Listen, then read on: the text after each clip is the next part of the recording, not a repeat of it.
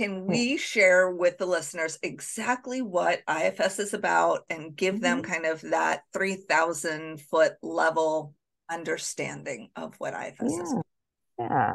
Internal family systems is really taking a look at our internal world, those thoughts, those feelings that we have, even sensations in our body that are speaking to us constantly. And we hear usually people are trying to tell us to shut the voices down or don't listen to the voices. We're actually leaning into those thoughts that we're having, leaning into the part of us that maybe binge eats, leaning into these parts of us to get to know them a little better. Because what's happening is they're trying to protect us. They're trying to protect us from something.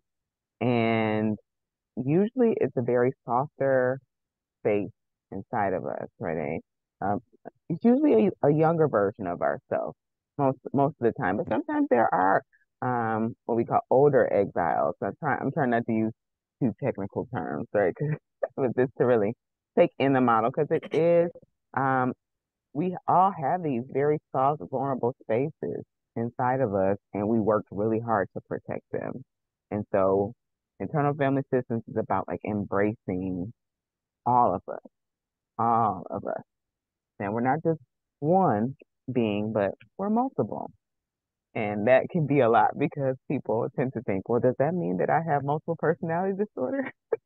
That's a very common question, but I understand that because that's really the only reference we have to someone being multiple, other than cloning. Or so that's the only idea. And so, yeah, we are because we say it all the time. Part of me feels this way, but part of me feels that way.